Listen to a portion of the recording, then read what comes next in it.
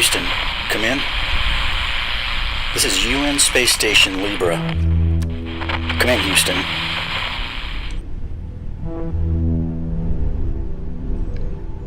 No reply. Just like every other time. I throw the receiver in disgust. The weightless environment causing it to float mockingly in front of my face at the end of its retention strap.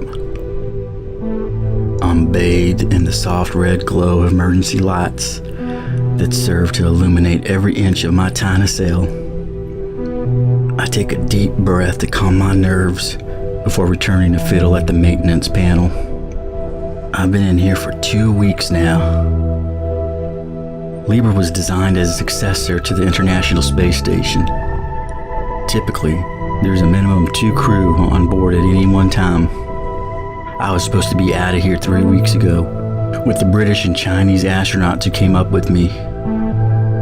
But unfortunately, the replacements had some mechanical complications, and then nasty weather delayed the Moscow launch another week. Even so, they should have been here days ago. You sure you'll be alright up there yourself, mate? Sure. Somebody's gotta keep the lights on. Besides, the rescues will be here soon. Just have a drink for me when you get landside, yeah? I expect I'll have 2. Godspeed.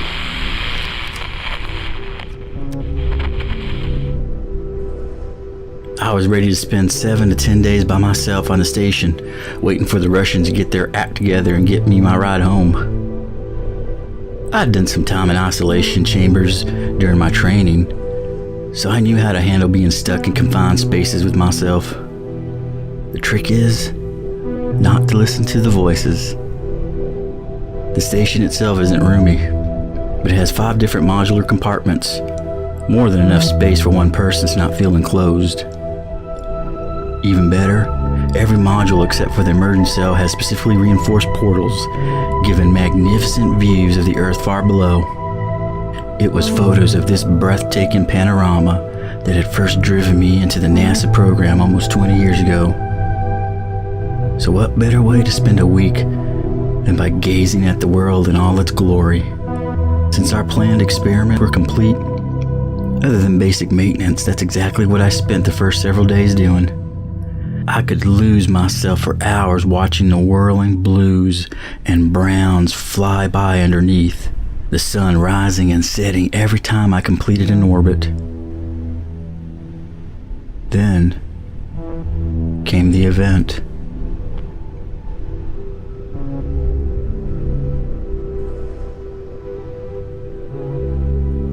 "5 days into my lonely vigil, I'd been roughly woken by blaring alarms. Houston was trying to reach me, and they needed me now." "What's going on, Houston?" "Weird readings, Libra. Satellites register some sort of anomaly. We're just picking it up now. Don't know if it's a solar flare. Some kind of field left behind by a passing comet, or something else. We'll be moving into the area within the hour. There's no telling how the systems are going to respond. Better button up in the emergency cell until we're through." "How long will that be?" "Don't know. We'll be in touch." It was good advice. Alarms started sounding almost exactly 60 minutes later, and abruptly whole sections of the station's instruments panel started shutting down. I was able to keep track of everything that was going on through the master controls in the emergency cell, so I knew exactly when the power to the station completely cut out. There was a tense 5 to 10 seconds before the emergency batteries kicked in. Then, with a soft whine, they powered up the red lights I've been basking in ever since.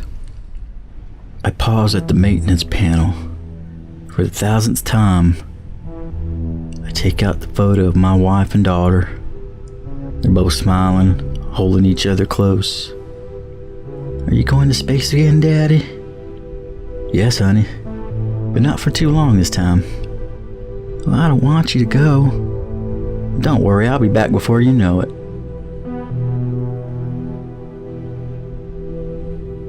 The emergency batteries are designed to provide minimum function, Pretty much just like life support and basic communications.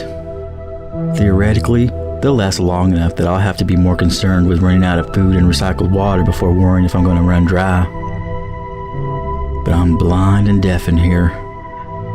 The communications are rudimentary, designed to run on almost no power, so it's small wonder I haven't been able to reach Houston. I have to do something. I can't even see outside since the emergency cell was designed specifically without any kind of viewport. The walls are starting to close in, and in a cell this small, there's not much room to shrink. At least the voices haven't started yet. Like I said, the trick is to avoid them. But in here, there's nowhere to run. Nothing to distract the mind. The main system is powered by exterior solar panels. The system had been tested and retested to automatically restart in event of a catastrophic failure. But when it actually counted, something stopped the reset. After a day or two, I decided to take matters in my own hand and pop the cover of the maintenance panel.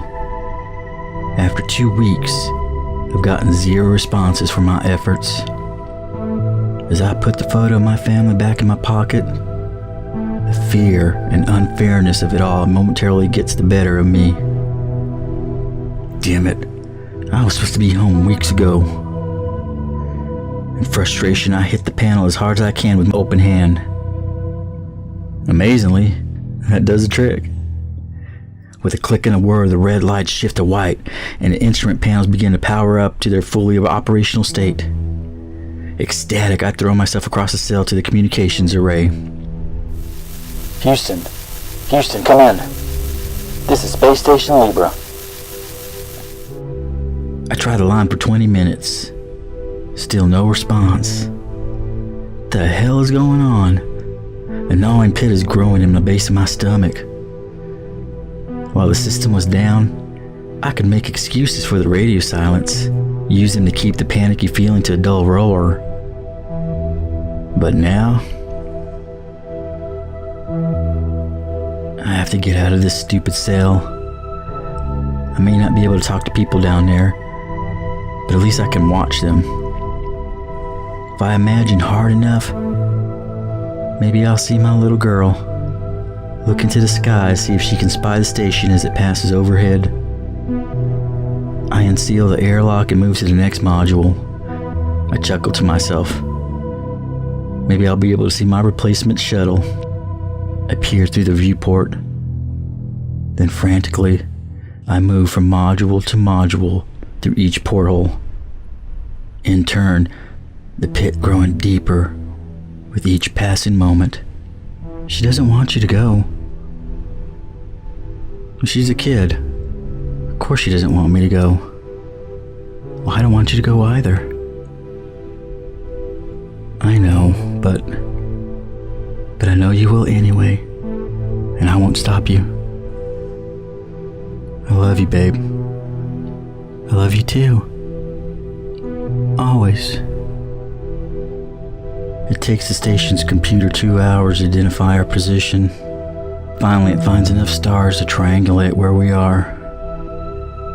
Exactly where we should be, 2 weeks after the last measurements were taken.